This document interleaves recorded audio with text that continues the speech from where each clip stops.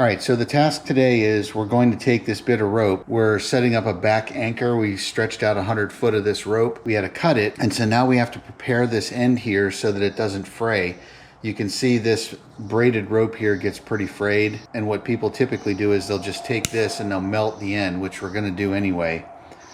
But that never holds. I'll tell you right now, if you just do this, it's never gonna stay that way.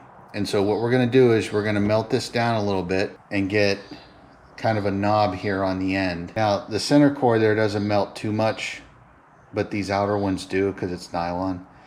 So you want to melt it down just enough to keep it from fraying, and I'll show you what the next step is. We're going to take some of this nylon thread and we're going to make a loop here like this.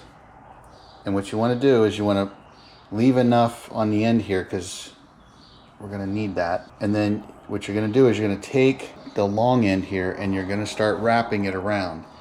Now what you want to do is you want to keep it nice and tight. Just start wrapping.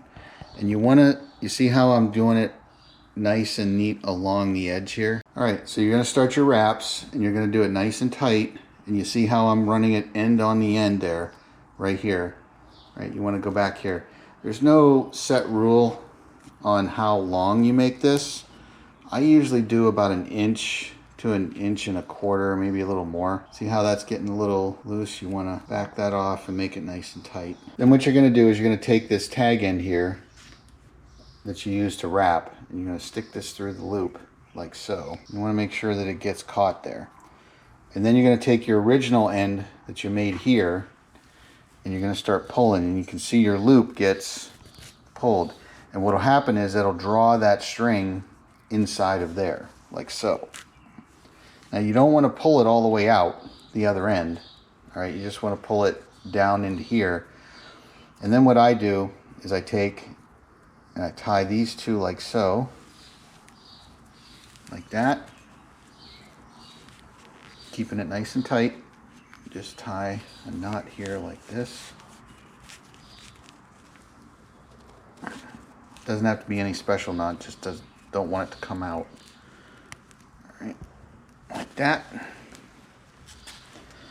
And then you cut the ends off here. All right, and once you get your knot tied here, you just kind of singe the ends a little bit. Don't singe your knot. All right, you want to singe the ends like so. Get them burned down.